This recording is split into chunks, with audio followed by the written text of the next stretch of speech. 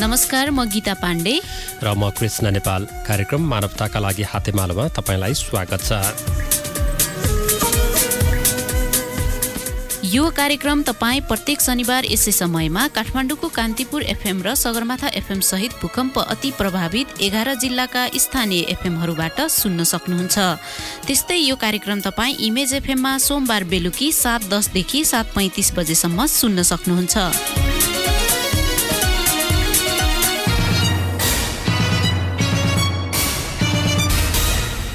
आजको कार्यक्रममा बढ्दै गरेको आगलागीका घटनाका बारेमा तयार पारिएको रिपोर्ट, आगलागीका घटनाका कारण र समाधानका उपायका बारेमा जुद्धबारुण यन्त्र कार्यालय भक्तपुरका सूचना अधिकारी विजय धौबडेलसँगको कुराकानी र हाम्रो स्वास्थ्य हाम्रै हातमा स्तम्भमा मौसमविद वरुण पौडेलको सुझावका साथै रेडक्रस समाचार पनि प्रस्तुत गर्नेछौँ।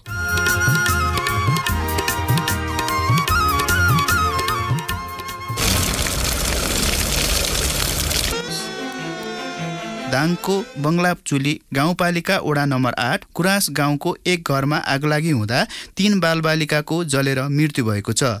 स्थानीयवासी नमराज पुनको घरमा शुक्रबार राति सोलरको ब्याट्री पड्केर आगलागी भएको हो। आगलागीमा परि नमराज पुनका 7 वर्षीय छोरा रामबहादुर पुन, 5 वर्षीय छोरी अस्मिता पुन र 2 वर्षीय छोरी अञ्जना पुनको मृत्यु भएको छ। यस्तै आगलागी सम्बन्धी समाचारहरू हिजो आज हामी दिनहुँ जस्तै सुनिरहेका छौँ। आगलागीका घटनाहरू हिजो आज बढेको छ। गृह मन्त्रालय आपतकालीन कार्य सञ्चालन केन्द्रको मक्सिर महिनाको मात्रै तथ्याङ्क हेर्ने हो भने पनि देशभरिमा झण्डै 200 वटा आगलागीका घटना भएका छन्, जसमा पनि 11 जनाको ज्यान गएको छ भने 32 करोड 53,67,200 बराबरको आर्थिक नोक्सानी भएको पनि केन्द्रको भनाइ छ। चिसोका समयमा घरमा प्रयोग हुने विद्युतीय सामग्री तथा आगोजन्य सामग्रीका कारण आगलागीका घटना बढेको केन्द्रले जनाएको छ। नेपाल रेडक्रस सोसाइटीले गत साता सञ्चालन गरेको रेडियो कार्यक्रम उत्पादन तालिमका सहभागीले आगलागीको विषयलाई लिएर एक रिपोर्ट तयार गर्नुभएको छ।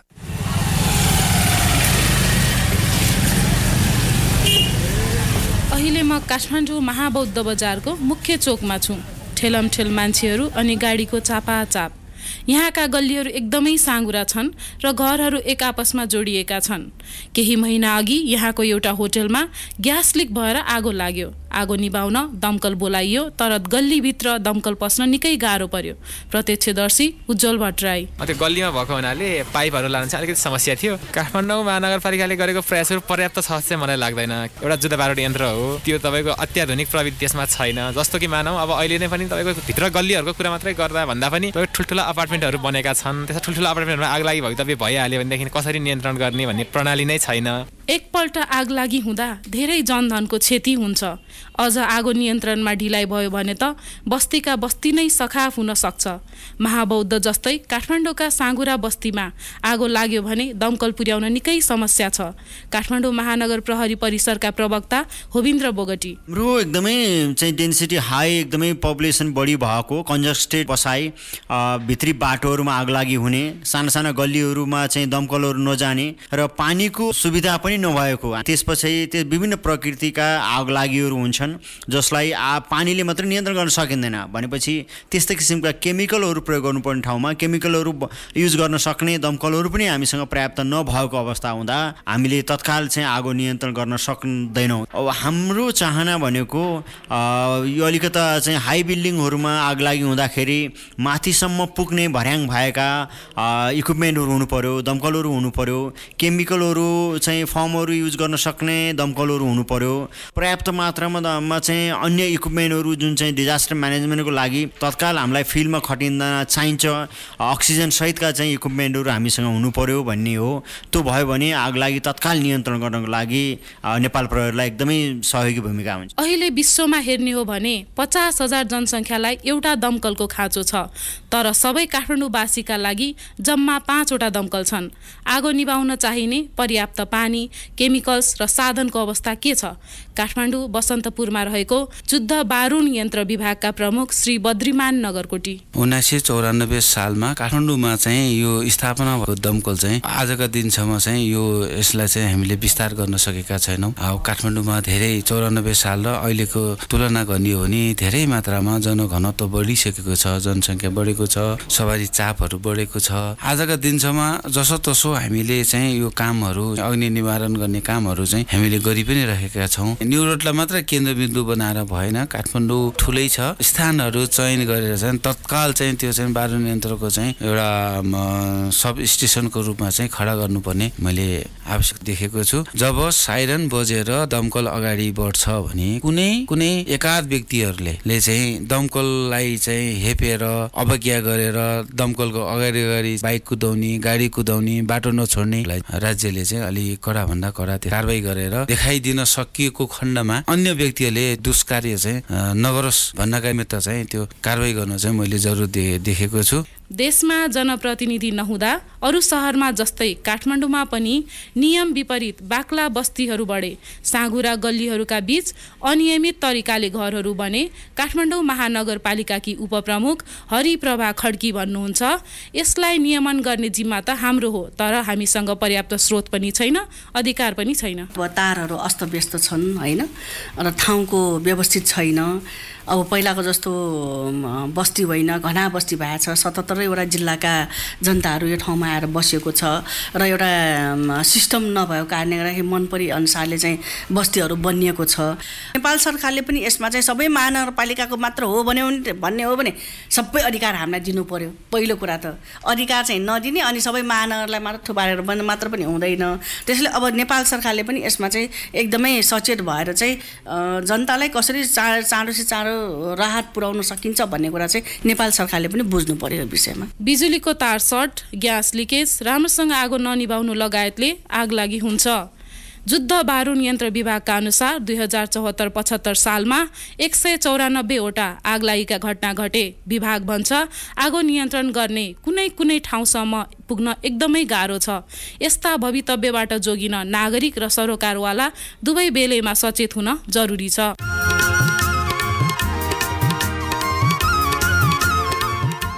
1994 सालमा तत्कालीन राणा प्रधानमन्त्री जुद्ध शमशेरले बेलायत भ्रमण गर्दा त्यहाँ भएको दमकलको कामबाट प्रभावित भई नेपालमा आवश्यक सामग्री झिकाई दमकल सेवाको सुरुवात गर्नुभएको थियो। अहिले बस्ती बाक्लो हुँदै जाँदा आगलागीका समयमा दमकल सेवा पुर्याउन कठिनाई भएको देखिन्छ।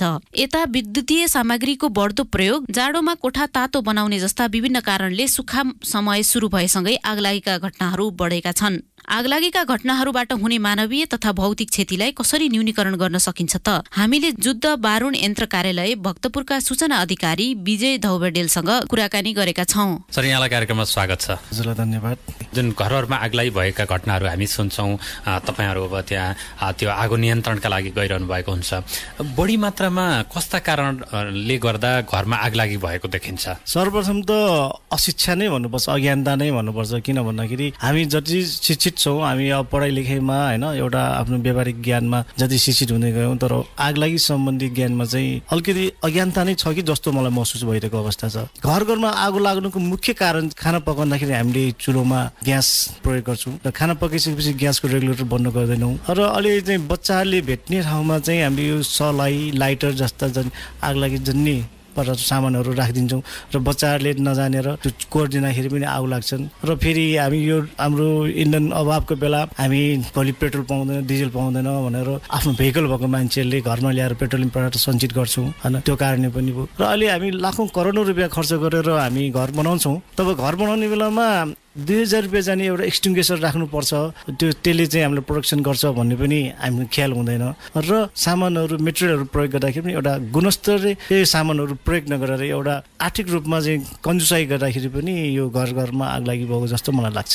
अब हामी हिन्दू समाजमा हुर्केका होइन, अब छन् यहाँ मुस्लिम अनेक समुदायका पनि छन्, तर चाहिँ मेरो एक दुईवटा अनुभव पनि छ। र हामी घर अगाडि आँगनमा चाहिँ तुलसीको बोट राख्ने अनि तुलसीको पूजा गर्ने गर्छौँ। र त्यो गाउँघरमा घरमा घरहरू चाहिँ कस्तो हुन्छ नि फुस भन्छ होइन एउटा फुसको छानो छाप र हामी जुन आरती गर्छौँ नि दियो बाल्छौँ दियो बालेर हामी त्यो तुलसीको बोटमा राखिदिन्छौँ र पूजा गरेर भगवान्सँग हामीले प्रार्थना गरेर जान्छौँ र हामीलाई थाहा हुँदैन कि कहिले आएर कुनै पन्छीले होइन काग होइन कुनै पन्छीहरूले त्यो दियो टिपेर लगेर कुनै एउटा घरमा माथि छोडिदियो भने पनि आगलागी हुन्छ। यो धेरै घटना यस्तो तराईतिर धेरै हुन्छ यस्तो घटनाहरू।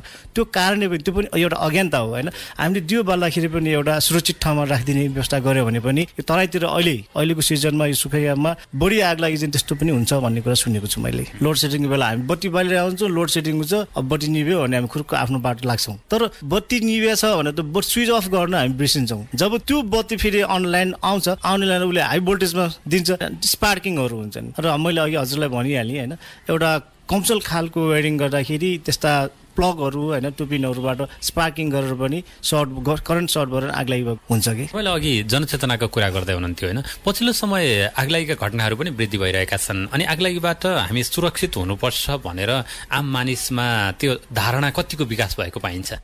एकदमै जगजाज कुरा सोच्नुभयो, त्यसको लागि धन्यवाद। तर पहिलाको तुलनामा चाहिँ अहिले हेरेर सचेत पनि छ, तर पनि भन्नुपर्दाखेरि सचेत पनि छैनौँ हामी। सरकारी र गैर सरकारी तवरले चाहिँ हामीले दिइरहनुपर्छ, किनभने अब हामी कस्तो चाहिँ घर बनाउँछौँ, आफ्नो हिसाबले घर बनाउँछौँ, बिल्डिङ बनाउँछौँ र सबै कुराहरू आफ्नो हिसाबले मात्रै गर्छौँ। हामी कसरी सुख सहरमा बस्ने होइन एउटा भौतिक सुविधा कसरी लिने भन्ने कुरा, तर त्यो भौतिक जुन हामीले संरचना बनायौँ त्यसको सुरक्षा कसरी गर्ने त होइन। साधारण कुरा गरेर एउटा ग्यास फायर हुँदाखेरि आग लाग्यो भने दमकल छने चाहिँ दमकल बोलाउने भन्ने कुरा मानिसमा त्यो प्रभाव परिसकेको छ। अब त्यो कुरालाई चिर्नुपर्छ जस्तो लाग्छ मलाई चाहिँ, किनभने प्रत्येक घरमा प्रत्येक गृहिणीले आगलागी कसरी हुन्छ, आगलागीको प्रोटेक्सन कसरी गर्ने भनेको साधारण एउटा चेतनामूलक कार्यक्रममा भाग लिएर होइन त्यसको विषय ज्ञान लिनुपर्छ जस्तो लाग्छ। दमकलको हाम्रो अवस्था कस्तो छ अहिले? अब दमकल सञ्चालनमा कस्ता कठिनाइहरू छन् कि कस्तो छ? एकदमै राम्रो कुरा यो पनि है। अहिले दमकल सञ्चालनमा चाहिँ कठिनाइहरू धेरै छन्। कसो भने दमकल ठुलो छ, बाटो साँगुरो छ, साँगुरो बाटोमा जानु पर्दाखेरि ठुलो दमकल जान सक्दैन, त्यो कारणले पनि हामीलाई कठिनाइ हुन्छ। खै अहिले गाउँघरमा भर्खर अहिले बाटोहरू गइरहेछ होइन, यो फुस्रो माटो भर्खरै माटो छिचिरहेका हुन्छन्। जनताले के भन्छन्, एउटा सानो ट्याक्सी गइसकेपछि गाडी जान्छ भन्ने सोच्छन्, उनीहरूलाई थाहा हुँदैन। अब हाम्रो गाडीमा भन्नुपर्दा कि 4000 लिटर पानी बस्छ, त्यो कमसेकम 4 टन पानी हुन्छ त्यसमा, र गाडीको वेट सुधारेर 7-8 टन हुन्छ। 1-2 टनको ट्याक्सी जाने ठाउँमा 1-2 टनको म्याक्सिमम 1-2 टनको ट्याक्सी जाने ठाउँमा 8-9 टनको हेभी गाडी जाँदाखेरि बाटो भाँसिन्छ। त्यो कुरा हाम्रो जनमानसमा त्यो पनि ज्ञान छैन। र जस्तै अहिले प्रत्येक नगरपालिकामा नेपाल सरकारले 1-1 करोड रुपियाँ दिएर अनिवार्य रूपमा दमकल राख्नुपर्छ, स्थापना गर्नुपर्छ र जनतालाई चुस्त एउटा दमकल सेवा दिनुपर्छ भन्ने एउटा अभिप्राय लिएको छन्, तर सबै नगरपालिकामा गर्न सकिरहेको अवस्था छैन मेरो बुझाइमा। दमकल त दिनुभयो, तर दमकलमा चाहिने स्रोत साधन पर्याप्त छैन। हाम्रो एउटा मेकानिकल फर्महरू हुन्छ कि एउटा पेट्रोलियम पदार्थमा आगलागी हुँदाखेरि कस्तो किसिमको केमिकल प्रयोग गर्ने त? पानीले आगो निप्दैन, काठमा आगो लाग्दा के गर्ने, इन्धन जन्य पदार्थमा आगलागी के हुँदाखेरि भिन्न किसिमको मेटेरियल प्रयोग गर्नुपर्छ। हाम्रो स्रोत र साधन चाहियो, दमकल मात्रै भएर पुगेन, दमकल भित्र चाहिने स्रोत र साधन पनि चाहियो। र आगलागी जन्य क्षेत्रमा जाने बेलामा लाउने फायर प्रोक्सिमिटी ड्रेसहरू, सेफ्टीका सामानहरू चाहियो होइन। कुनै पनि ठाउँमा घर बनाउँदाखेरि मेरो विचारमा इन्टरनेसनलमा चाहिँ कस्तो हुँदो रहेछ भने घर बनाउने बेलामा दमकलसँग पनि समन्वय गर्नुपर्ने कि होइन घर बनाउन, किनभने त्यो ठाउँमा बाहिर आगलागी भयो भने दमकल जान्छ कि जाँदैन, दमकल जाने बाटो होस्, सुरक्षा निकायसँग कसरी समन्वय गर्ने, जिल्ला प्रशासन होइन एउटा प्रशासनसँग कसरी समन्वय गर्ने। अहिले जनप्रतिनिधि आइसकेपछि प्रत्येक जनप्रतिनिधिले यो दमकल भने के हो, यो अत्यावश्यक सेवालाई चुस्त कसरी राख्ने, अग्नि नियन्त्रण कर्मचारीहरू पनि जोखिममा काम गर्छन्, आफ्नो ज्यानको आहुति दिन्छन् भन्ने कुरा। जस्तै तपाईँलाई मैले भन्नै पर्दाखेरि अस्ति वीरगञ्ज सुपर ग्यासमा आगलागी भएर 2 जना फायरम्यानले अन द स्पोट ज्यान गुमाउनु पर्यो। उहाँसँग फायर प्रोक्सिमिटी ड्रेस नभएको कारणले उहाँले आगलागीमा परेर ज्यान गुमाउनु पर्यो। र मेरो अनुरोध चाहिँ के भने जनप्रतिनिधिज्यूहरूलाई चाहिँ के भनेखेरि दमकलमा काम गर्ने कर्मचारीहरूलाई कहिले पनि विभेद गर्नु हुँदैन। प्रस्तुत थियो आगलागीबाट हुने क्षतिलाई कसरी न्यूनीकरण गर्न सकिन्छ भन्ने बारेमा जुद्ध बारुण यन्त्र कार्यालय भक्तपुरका सूचना अधिकारी विजय धौबडेलसँग गरिएको कुराकानी। हरेक वर्ष जाडो महिनामा शीतलहर तथा ठण्डीले थुप्रै मानिसको ज्यान लिने गर्छ। सुन्नुस् त, यस्तो बेलामा के गर्नु हुँदैन? सकेसम्म घर बाहिर निस्किनु हुँदैन, चिसो खानेकुरा खानै हुँदैन, अनि आगो बालेको धुवाँ घरभित्र गुम्सिन दिनु हुँदैन। अनि के गर्नुपर्छ त? बाक्लो अनि न्यानो लुगा लगाउनु पर्छ। गर्भवती, सुत्केरी, बुढाबुढी र केटाकेटीहरूलाई चिसोबाट जोगाउनु पर्छ। दाल वा गेडागुडीको झोल पिउनु पर्छ। घरका भित्ता राम्ररी बारबेर गर्नुपर्छ। अनि आगो, मक्कल वा हिटरको प्रयोग चाहिँ एकदम सावधानीपूर्वक गर्नुपर्छ। चिसोका लागि चाहिने दाउरा, न्यानो कपडाको पहिले नै जोहो गर्नुपर्छ। शीतलहरबाट बस्न बेलैमा सावधानी अपनाऊ। तपाईँ सुन्दै हुनुहुन्छ रेडियो कार्यक्रम मानवताका लागि हातेमालो। कार्यक्रम मानवताका लागि हातेमालो तपाईँ हरेक साता यसै समयमा सुन्न सक्नुहुन्छ। यो दूध बेच्ने डेरी पनि कति टाढा भनिया कि बल्ल आइपुगे बल्ल। यो साँच्ची थाहा पायो? बल्छी धुर्बेको घर त छ नि, आज राति आगोले खत्तमै पारेछ नि। ए हो र? आगो लाग्दा लाग्दै तुरुन्त छिमेकीलाई बोलाउने, दमकल र प्रहरीलाई फोन गर्नु पर्थ्यो नि, गरेनछन्। अनि आगो चाहिँ के भएर लागेर छ? गाउँको छाली जलाएका थिए रे कि। अब आज बल्छी धुर्बे कहाँ आगो लाग्यो, भोलि अर्को काममा लाग्न सक्छ। हेर सुन्तली, यो हुरी बतास चलेको बेलामा घर बाहिर खाना पकाउने, आगो सल्काउने काम गर्नु हुँदैन के? तिमी पनि खाना पकाइसकेपछि कहिले आगो निभाउँदिनौ? पानीको मुहान संरक्षण गर्न सकिया भए नि त बल्छीको घर बचाउन सकिन्थ्यो होला नि। भाको एउटा कुवा थियो, त्यो पनि जङ्गल फडानी गरेर सुकिगयो। वरिपरि न पोखरी, न कुवा, न ढुङ्गे धारै छ। यस्तो विपद हाम्रै कारणले आउन सक्छ के? त्यही भएर दमकल र नजिकैको प्रहरी कार्यालयको नम्बर लिइराख्नुपर्छ। सलाई, लाइटर, पेट्रोल, डिजेल, मट्टितेल जस्ता चाँडै आगो टिप्ने वस्तु जथाभावी नराखी केटाकेटीले नभेट्ने सुरक्षित ठाउँमा मात्रै राख्नुपर्छ। सुन्तली, चुरोटको ठुटो ननिभाइ जथाभावी फाल्नु हुँदैन। दमकल पुगे त ठिकै छ, नपुग्ने ठाउँ भएमा बाल्टी, जग, पाइप, पानी, स्याउला, माटो आदि इत्यादि प्रयोग गरेर सबै मिलेर जति सक्दो छिट्टो आगो निभाउनु पर्छ। अनि बिजुलीको तार नि हो है, त्यो पनि समय समयमा चेक जाँच गरी पुरानो चुडिएको भए फेरि हाल्नु पर्छ।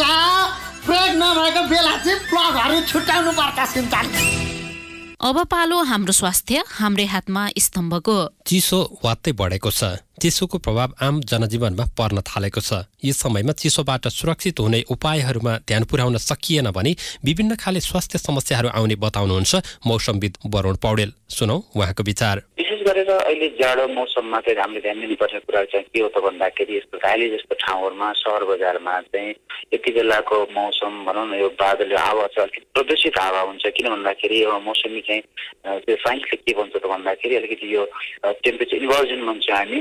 त्यो हावाहुरी नचलिकन पानी पनि पर्याउन त्यो धुम्म भएर बसिराखेको हुन्छ।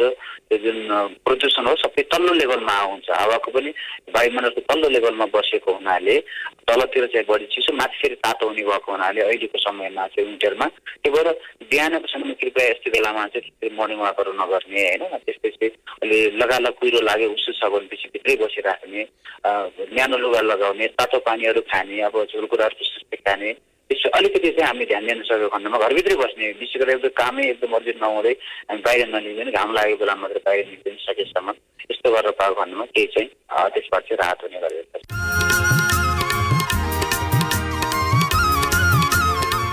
मौसमविद पौडेलले भन्नुभए जस्तै न्यानो लगाऊ, मनतातो खाऊ र अति आवश्यक नपरी घर बाहिर ननिस्काऊ। गर्भवती, बालबालिका, सुत्केरी र ज्येष्ठ नागरिकको विशेष ख्याल राखौं। चिसोबाट आफू र आफ्नो परिवारलाई सुरक्षित बनाऊ, किनकि हाम्रो स्वास्थ्य हाम्रै हातमा छ। नमस्कार स्वयंसेविका दिदी। ओहो, नमस्कार नमस्कार। अनि सुधा, यति बिहानै? कति दिन भयो भेटौँ भनेको, गाह्रो भएर बिहानै आए कि। के हुन्छ भन न त। भन्नु पनि कसरी। भन न भन, मसँग पनि लाज मानेर हुन्छ त। छिनछिनमा पिसाब गर्न जान मन लाग्छ। भित्रबाट के खस्यो जस्तो हो नि। खोक्दा भारी बोक्दा त झन् के बसे जस्तो। ढाड दुखेर हैरान।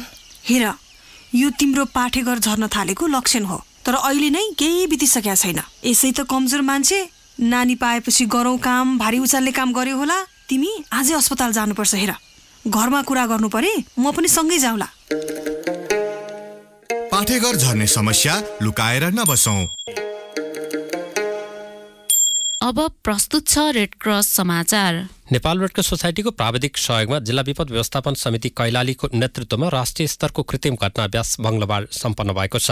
युरोपियन युनियनको सहयोगमा डेनिस, ब्रिटिस, फिनिस र नेपाल रेड क्रस सहित रेड क्रसको अन्तर्राष्ट्रिय महासङ्घको सहभागितामा बाँके, बर्दिया, दाङ, कैलाली र दार्चुला गरी 5 जिल्लामा DPDRR कार्यक्रम सञ्चालनमा रहेको छ। उक्त कार्यक्रमले नेपाल सरकारसँग प्रत्यक्ष समन्वय रही प्रतिकारी प्रणालीलाई प्रभावकारी बनाई विपदका समयमा प्रभावितलाई तत्कालै प्रभावकारी सेवा प्रदान गर्न 5वटै जिल्लाका आपतकालीन कार्य सञ्चालन केन्द्रमा सूचना व्यवस्थापन प्रणालीको व्यवस्था गरेको छ। त्यसैगरी राष्ट्रिय लेखाजोखा प्रणाली र विपद द्रुत लेखाजोखा सम्बन्धी जनशक्ति तयारी अवस्थामा राखेको छ। कार्यक्रम सञ्चालित क्षेत्रका गतिविधि र संयन्त्रलाई विपदका समयमा प्रभावकारी परिचालनका लागि कृत्रिम अभ्यास गरिएको हो। अभ्यासमा सरकारी, गैर सरकारी कार्यालय, नेपाल रेड क्रस र स्थानीय निकायका प्रतिनिधिहरूको सहभागिता रहेको थियो। प्राथमिक उपचारको अध्यावधिक पाठ्यक्रमका बारेमा जानकारी गराई प्राथमिक उपचारलाई सरलीकृत र स्तरीकरण गर्ने उद्देश्यले आयोजित प्राथमिक उपचार सम्बन्धी 2 दिने तालिम नेपाल रेड क्रस सोसाइटी केन्द्रीय तालिम केन्द्र बुटोल बनेपामा शुक्रबार सम्पन्न भएको छ। तालिममा 25 जनाको सहभागिता रहेको थियो।